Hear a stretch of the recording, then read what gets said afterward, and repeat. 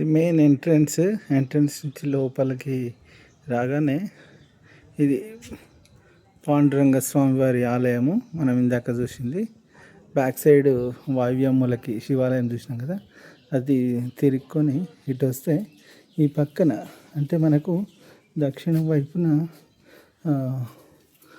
మనకు అంటే ఒక బావి ఉంది,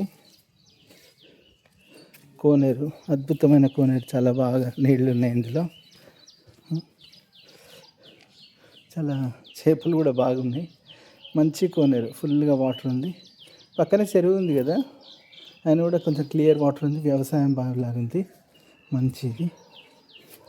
పెద్ద చెరువు ఉంది ఇక్కడ పక్కన, చాలా అద్భుతమైన వ్యూ ఇది.